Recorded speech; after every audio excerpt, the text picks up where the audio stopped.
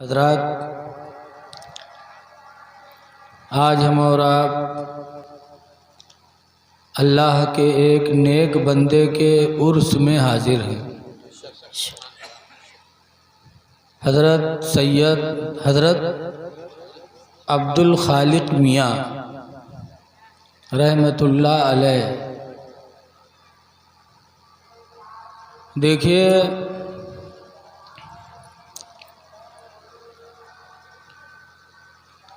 جو اپنی زندگی کو اللہ کے لیے وقف کر دیتا تو اللہ تعالیٰ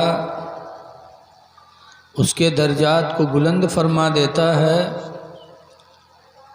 اللہ کا وعدہ ہے قرآن حکیم میں، فَاذْكُرُونِی أَذْكُرْكُمْ، تم مجھے یاد کرو میں تمہیں یاد کروں گا۔ اور جب اللہ کو راضی کرنے کے لیے بندہ حاضر رہتے ہیں، فرشتوں میں بھی اللہ ان کا تذکرہ کرتا ہے۔ حضرت اب آپ آ جائیے، ماشاءاللہ بیٹھیے۔ بڑی اچھی نعت حضرت نے پڑھی ہے، ماشاءاللہ دل اور ایمان جھوم گیا۔ اور اس سے پہلے ہمارے حافظ جی صوفی صاحب بھی ہمارے پیر و مرشد حضور مفتی اعظم ہند علیہ رحمت و رضوان کے نعت شریف پڑھی ہے۔ بڑی کشش اور بڑا خلوص تھا، اللہ قبول فرمائے۔ برادر گرامی حضرت علامہ قاری محسن رضا صاحب، جو ڈسٹرکٹ لکھیم پور میں ماشاءاللہ تقریری میدان میں بہت ہی کامیاب ہیں۔ آواز بھی اللہ نے دیا ہے، ادائیں بھی اللہ نے دی ہیں۔ اللہ تعالیٰ اور اس میں اضافہ فرمائے۔ عزیز القدر حضرت مولانا افضل رضا صاحب نے بلایا، مفتی شریف القادری صاحب بھی بلاتے رہتے تھے، وہ نہیں ہیں تو یہ بلا رہے ہیں۔ تھوڑی دیر کے لیے آپ اپنا وقت دے دیں۔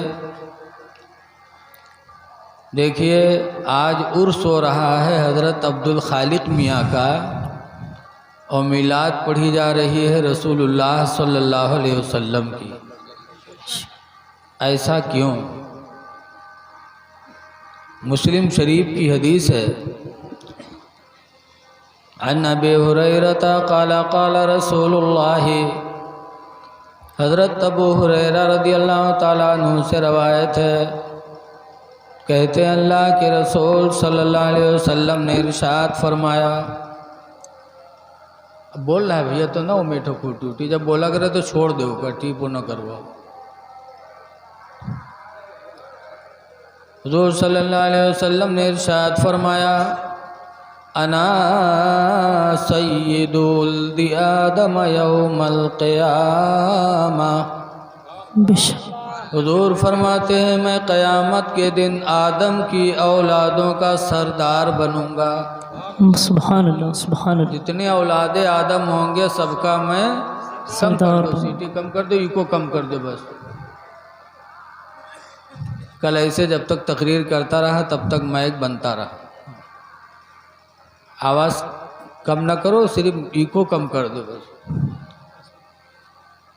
میں آدم کی اولاد کا قیامت کے دن سردار رہوں گا، ولا فخری، اور سرکار فرماتے ہیں اس کا مجھے کوئی فخر نہیں ہے۔ اللہ اللہ، سبحان اللہ، سبحان اللہ۔ پورے آدم کی اولاد کے سردار ہیں اور سرکار کو کوئی فخر نہیں۔ اور یہاں ایک گاؤں کے پردھان ہو جاتے تو کہ فخر کے ٹھکانے نہیں۔ بولو،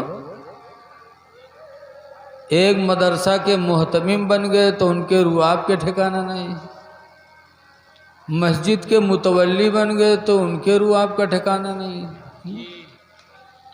اپنے نبی سے سنت حاصل کرنا چاہے، نبی سے طریقہ حاصل کرنا چاہے کہ قیامت کے دن آدم کی اولاد کے میرے پیغمبر سردار ہیں، فرماتے ہیں اور مجھے کوئی فخر نہیں ہے۔ پھر آگے فرماتے وَأَوَّلُ شَافِعٌ، اور سب سے پہلا میں شفاعت کرنے والا بنوں گا، بے شک سبحان اللہ سبحان اللہ سب سے پہلے شفاعت کروں گا۔ بے شک وَأَوَّلُ مُشَفَّعٌ، اور سرکار فرماتے سب سے پہلے میری شفاعت قبول کی جائے گی، سبحان اللہ سبحان اللہ سب سے پہلے شفاعت کریں گے اور نبی کی شفاعت سب سے پہلے قبول ہوگی۔ تو اس حدیث سے پتہ چلا کہ حضور شفاعت کرائیں گے۔ بے شک بولو، بے شک ایک حدیث سے اور ثابت ہے، مشکوٰۃ شریف میں وہ حدیث ہے، عن جابر، حضرت جابر سے روایت ہے، قال قال رسول اللہ، کہتے اللہ کے رسول نے ارشاد فرمایا، من قال حین یسمع النداء، جو بولے جس وقت اذان سنے، اذان سنے اور بولے، کیا بولے؟ اللہم رب هذه الدعوت التامہ، یعنی اذان سننے کے بعد یہ دعا پڑھے بے شک تو حضور فرماتے فَكُنْتُ لَهُ يَوْمَ الْقِيَامَةِ شَافِعًا وَشَهِيدًا، سبحان اللہ ماشاء اللہ، تو حضور فرماتے میں قیامت کے دن اس کی شفاعت کروں گا اور اس کے ایمان کی گواہی دوں گا۔ سبحان اللہ سبحان اللہ اس حدیث سے پتہ چلا کہ میرے نبی قیامت کے دن شفاعت کریں گے۔ ایک حدیث شریف میں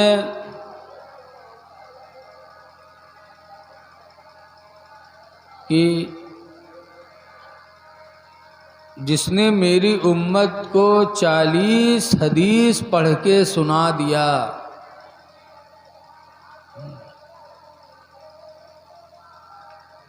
40 حدیثہ کا لفظ حدیث میں آیا ہے کہ جو میری امت تک 40 حدیث دینی کے معاملے میں پہنچا دیا، تو حضور وہاں بھی فرماتے فَكُنْتُ لَهُ يَوْمَ الْقِيَامَةِ شَافِعًا وَشَهِيدًا، میں قیامت کے دن اس کی شفاعت کروں گا اور اس کے ایمان کی گواہی دوں گا۔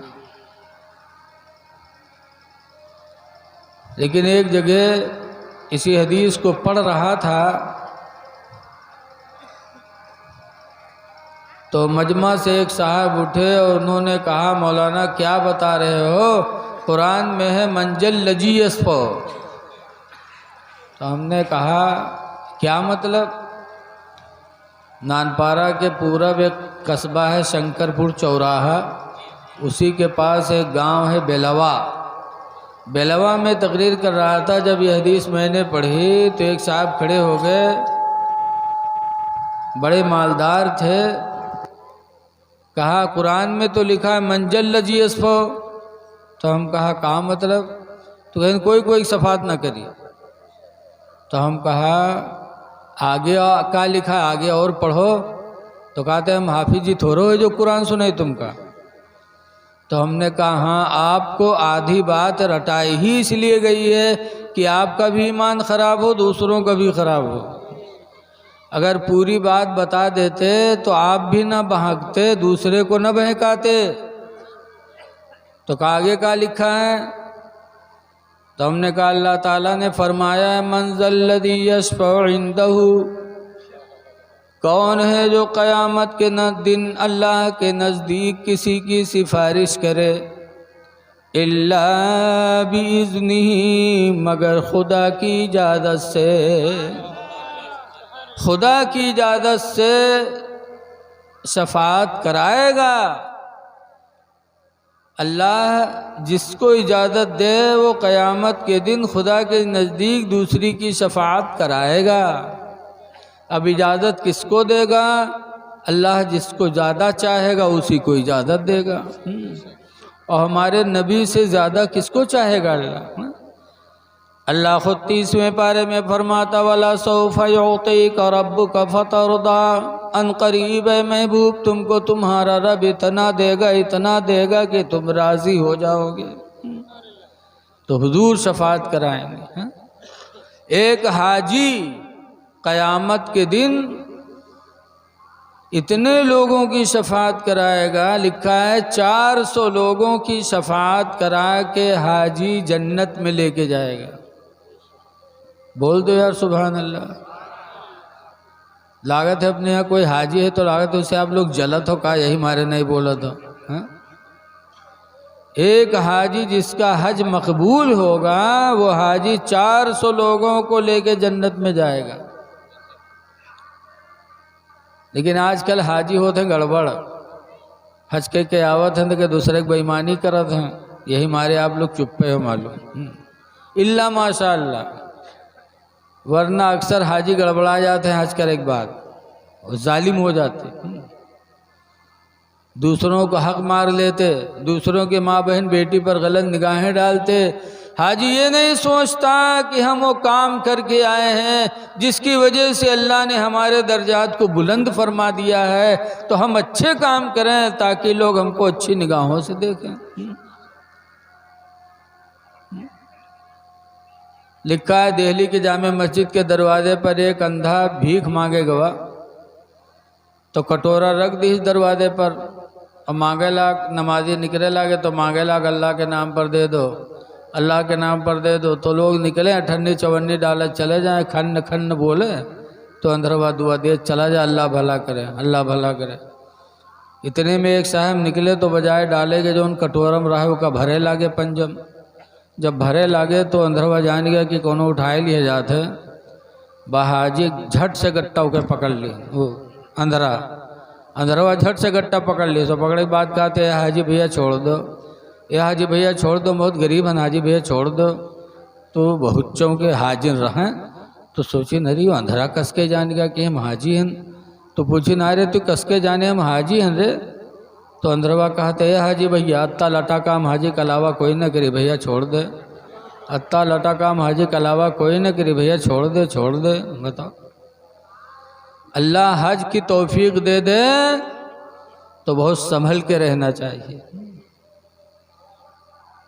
اس لیے کہ حدیث پاک میں حضور فرماتے ہیں تابع الحج والعمرہ، اے میرے ماننے والو تم پے در پہ حج کرو عمرہ کرو. کیوں؟ لِأَنَّهُمَا يَنْفِيَانِ الْفَقْرَ وَالذُّنُوبَ، اس لیے کہ یہ دونوں محتاجی کو بھی مٹا دیتے ہیں اور گناہوں کو بھی مٹا دیتے ہیں.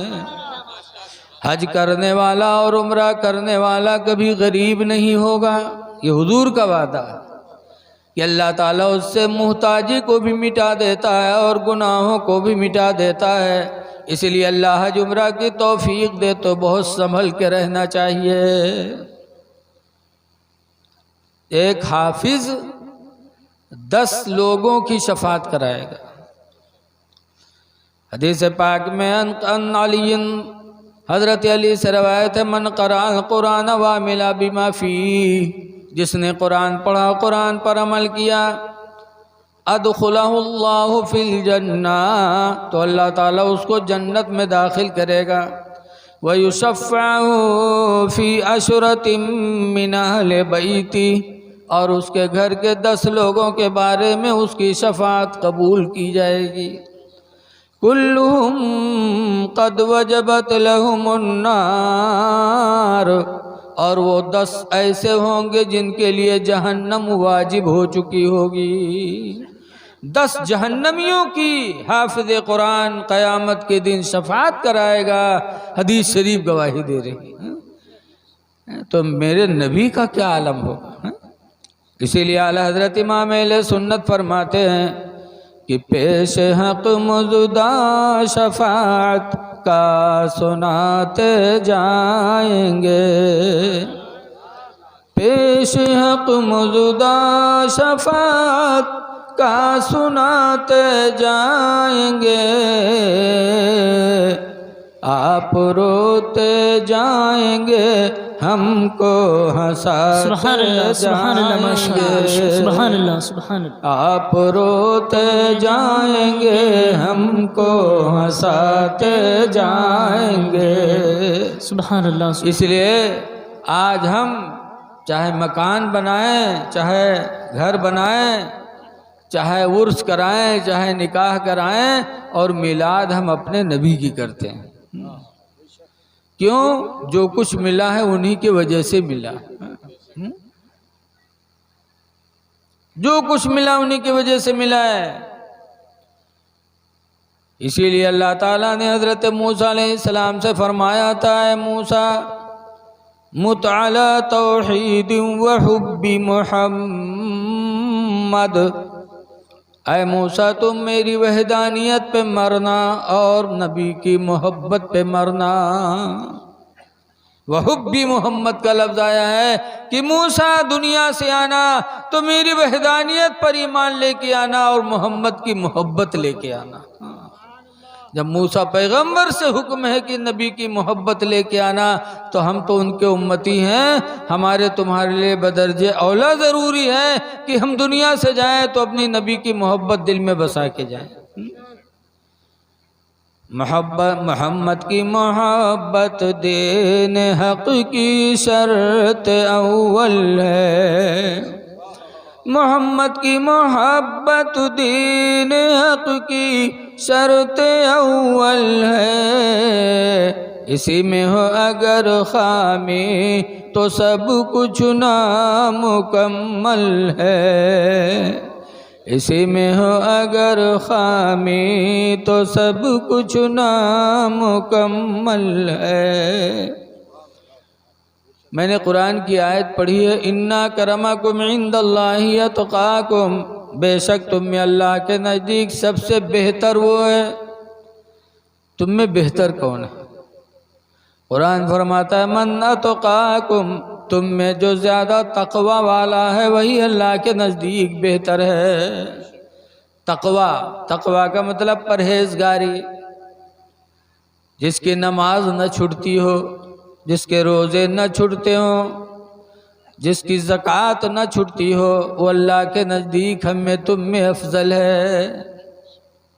لیکن نماز بھی حکم رسول کے مطابق پڑھنا چاہیے۔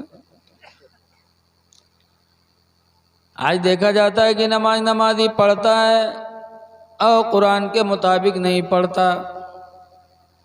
جائیں گے نماز پڑھنے تو دیکھا ہے وضو بنائے ہیں تو آستین ہی سمٹی ہے، بٹن گلے کے کھلے ہوئے ہیں، ٹوپی یہاں پڑی ہے، پانی ٹپک رہا ہے، اور پہنچے اللہ اکبر۔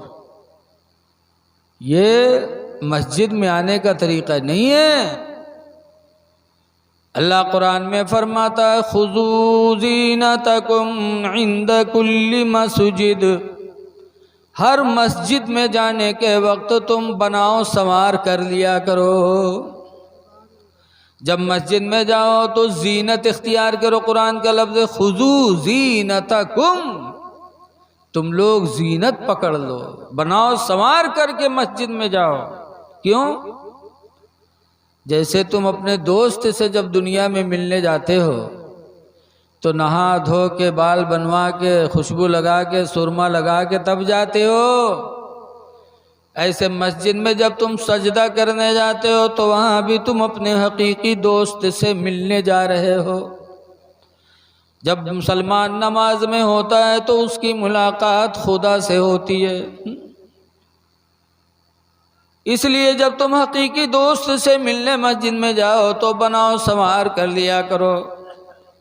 یہ تو قرآن کی آیت ہے۔ حدیث شریف میں حضور فرماتے تعبد اللہ ان تراہ، اللہ کی عبادت تم اس طرح کرو گویا کہ تم خدا کو دیکھ رہے ہو، کہ ہمارا خدا موجود ہے۔ اور جو اللہ والے ہیں وہ نمازوں میں اپنے رب کا دیدار کرتے ہیں۔ تعبد اللہ ان تراہ، رسول اللہ فرماتے ہیں عبادت اس طرح کرو کہ تم خدا کو دیکھ رہے ہو۔ وَإِن لَّمْ تَكُن تَرَاهُ، اور اگر تمہارا ایمان اتنا پکا نہیں کہ تم خدا کو نہیں دیکھ پا رہے ہو، فَإِنَّهُ يَرَاكَ، تو عقیدہ رکھو کہ خدا تمہیں دیکھ رہا ہے، اللہ دیکھ رہا ہے۔ تو جب مسجد میں جا رہے ہو، اللہ سے ملاقات کے لیے جا رہے ہو، تو بناؤ سنوار کر کے جاؤ۔ پسینہ ہو تو پسینے سے صاف ہو جاؤ، نہا لو، کپڑے میں پسینے کی بدبو تو اسے بدل دو، دوسرا کپڑا پہن لو تاکہ تمہارے دوست کو تم سے ملنے میں تکلیف نہ ہو۔ نماز تقویٰ میں سب سے اہم چیز ہے، لیکن آج دیکھا جاتا ہے لوگ مسائل کی رعایت نہیں کرتے۔ موطا امام محمد میں حدیث میں، موطا امام محمد کی حدیث میں، لا ينبغي للامام والماموم ان يقوما، کہ نہ امام کے لیے مناسب ہے نہ مقتدی کے لیے مناسب ہے۔ کہاں نہیں مناسب ہے؟ نہ امام کو چاہیے نہ مقتدی کو چاہیے، کیا نہ چاہیے؟ ان یقوما، کہ کھڑے ہوں، حتی یقول المکبر حی علی الصلاۃ، یہاں جب تک کہ مکبر حی علی الصلاۃ نہ کہہ دے۔ یہ کس کے لیے ہے؟ آج مسائل کی کتابوں میں امام اعظم ابو حنیفہ رضی اللہ تعالیٰ عنہ کے ماننے والے حنفی ہیں، اور وہی فقہ کی کتاب میں نور الہدیٰ میں شرح وقایہ میں فقہ کے سب کتابوں میں لکھا ہے کہ لا یقوم الامام والماموم، نہ امام کھڑا ہو نہ مقتدی کھڑا ہو، حتی یقول المکبر حی علی الصلاۃ، جب تک کہ مکبر حی علی الصلاۃ نہ کہہ دے۔ کس کے لیے ہے؟ مالا بدہ منو فارسی کی کتاب ہے، اور لکھا بھی دوسری جماعت کے لوگوں نے ہے، اس میں بھی یہی لکھا ہے کہ جب حی علی الصلاۃ کہا جائے تب کھڑا ہوا جائے۔ لیکن آج لوگ نہیں مانتے، اللہ جانے کیا ضد سوار ہے۔ حضرت کہتے ہیں کہ سب سیدھی کرو تاکہ جیسے تکبیر کھڑی ہو ویسے پھٹ سے اللہ اکبر نہ۔ حضرت سیدنا عمر فاروق اعظم رضی اللہ تعالیٰ عنہ، موطا امام محمد میں لکھا ہے کہ حضرت سیدنا عمر فاروق اعظم صحابی جب نماز کے لیے کھڑے ہوتے تھے، امامت کرتے تھے خلافت کے زمانے میں، تو تکبیر ہو جاتی تھی، جب لوگ کھڑے ہو جاتے تھے تو کہتے سوّی الصفوف، اے لوگوں صفوں کو سیدھی کر لو۔ 3 مرتبہ حضرت عمر فرماتے تھے صفوں کو سیدھی کر لو، صفوں کو سیدھی کر لو، صفوں کو سیدھی کر لو، پھر اس کے بعد نیت باندھتے تھے اللہ اکبر۔ پتہ چلا کہ جب نماز کے لیے کھڑے ہو جائیں تب صفوں کو سیدھی کرنا، پہلے سے نہیں ہے۔ اس لیے ہم نماز پڑھیں تو ہمیں سنت کے مطابق نماز پڑھنا ہوگا۔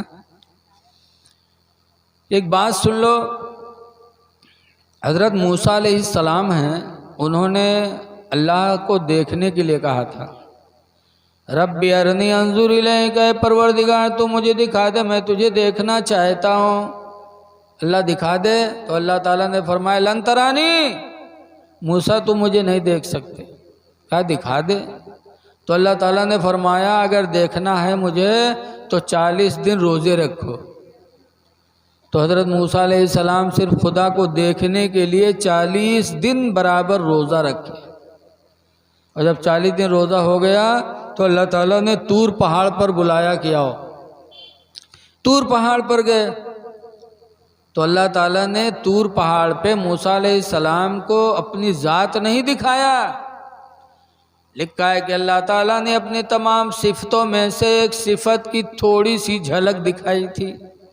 صفت جانتے ہیں نا، جیسے حضرت ہمارے بیٹھے ہیں، ان کا وجود یہ ان کی ذات ہے، اور ان کا عالم ہونا، ان کا حافظ ہونا، ان کا مقرر ہونا، یہ سب ان کی صفتیں ہیں۔ ایسے اللہ ایک ہے جو واجب الوجود ہے، اور اس کی صفتیں بہت ہیں، وہ قہار ہے، رحمان ہے، جبار ہے، غفار ہے، یہ سب اس کی صفتیں ہیں۔ تو اللہ ایک ہے اور اس کی صفتیں بہت ہیں، تو ان تمام صفتوں میں سے ایک صفت کی تھوڑی سی جھلک، کتنی تھوڑی؟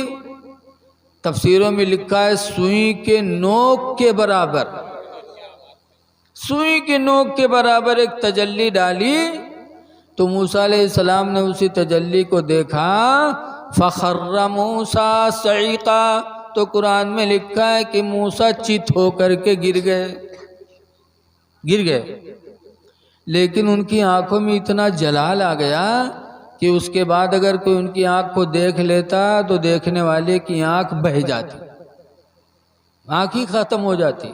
تو موسیٰ علیہ السلام نے ایک پتا، درخت کے پتے سے اپنی آنکھ کو چھپا لیا تاکہ کوئی دیکھے نہ کہ اس کی آنکھ بہہ جائے، اور اس کے بعد اپنے چہرے پہ پردہ ڈال لیا۔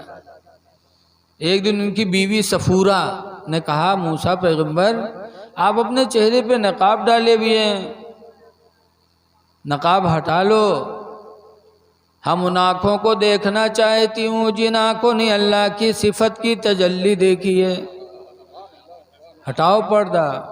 موسیٰ علیہ السلام فرماتے ہیں، صفورہ اگر پردہ ہٹاؤں گا تو تمہاری آنکھوں کی روشنی بہہ جائے گی، آنکھ چلی جائے گی۔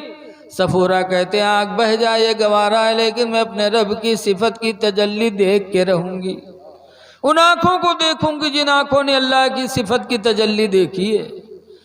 موسیٰ علیہ السلام نے فرمایا، صفورہ تیار ہو جاؤ۔ صفورہ کہتے ہیں، ہاں میں بالکل تیار ہوں۔ تو موسیٰ علیہ السلام نے پردہ اٹھایا، جب اٹھایا تو صفورہ نے اپنی ایک آنکھ بند کر لیا، ایک آنکھ سے دیکھا، سوچا یکے جائے دونوں کہے چلی جائیں، بہت چالو رہا ہے نا، مہروے چالو بہت ہوتا، فٹ سے ایک آنکھ چھپائے لی، ایک آنکھ سے موسیٰ علیہ السلام کی آنکھوں کا دیدار کیا تو حضرت صفورہ کی وہ آنکھ بہہ گئی، لیکن اللہ کے صفت کی تجلی ایسی، اس کی دیدار کا شوق صفورہ کے دل میں پیدا ہوا کہ وہ بہی ہوئی آنکھ کو ایک ہاتھ سے ڈھک لیا، اس آنکھ کو بھی کھول کر ان کی آنکھوں کا دیدار کیا۔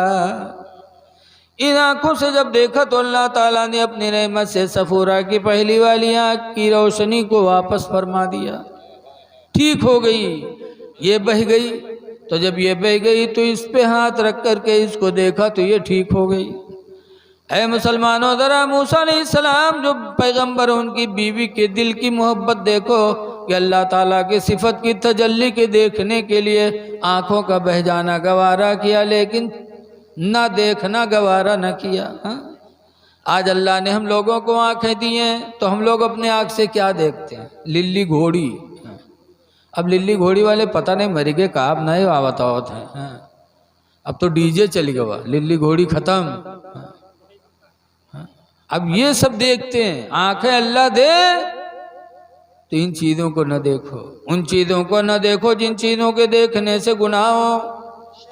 حضرت علی رضی اللہ تعالیٰ عنہ کا زمانہ تھا، ان کے زمانے میں ایک بستی میں ایک لڑکا ایک لڑکی پر عاشق ہوا اور اس نے ملنے کی پیغام پہنچایا، کیا میں تم سے محبت کرتا ہوں، تمہاری آنکھیں اتنی خوبصورت ہیں کہ میرے دل میں گھر کر چکی۔ کہا نہیں ہے کہ فلانیہ کے تو آنکھیں 1,00,000 روپیہ کی ایک آنکھ ہوئی، ہمارے یہاں گاؤں میں ایک آدمی دیوانہ بوا تو کہا اوکے تو ایک آنکھ ہمارے لیے 1,00,000 روپے کے برابر ہے، ہوتے ہیں بیوقوف ٹائپ کے۔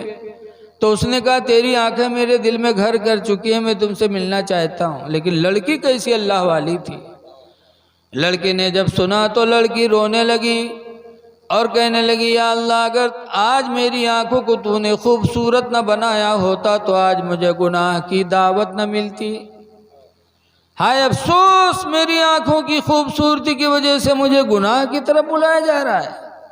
لڑکی روئی اور چاقو اٹھایا، اور چاقو اٹھانے کے بعد اپنی دونوں آنکھوں میں مار کر دونوں آنکھوں کو نکال کے پلیٹ میں رکھ دیا اور بھیجا، کہا لے جاؤ میرے چاہنے والے کو آنکھیں دے دو، ان آنکھوں سے اسے پیارے آنکھیں دے دو، خدا کی قسم وہ آنکھ مجھے نہ چاہیے جن آنکھوں سے مجھے گناہ کی طرف بلایا جائے۔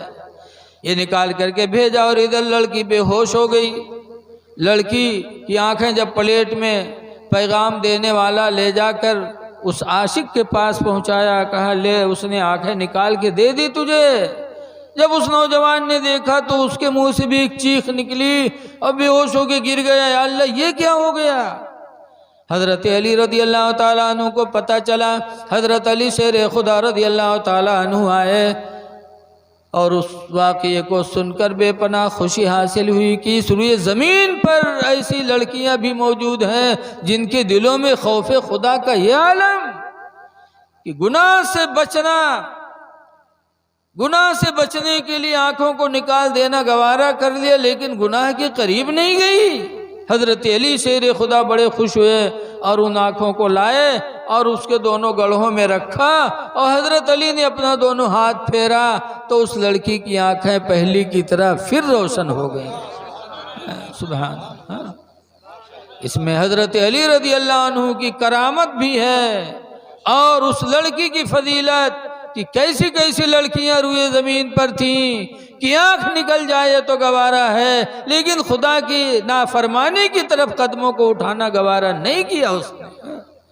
اے لوگوں، پتہ چلا کہ اللہ نے یہ بہت بڑی نعمت دی ہے، آنکھ بہت بڑی نعمت ہے، لہذا اس نعمت کو پانے کے بعد وہ چیزیں دیکھو جس سے خدا راضی ہو، وہ نہ دیکھو جس سے خدا ناراض ہو جائے۔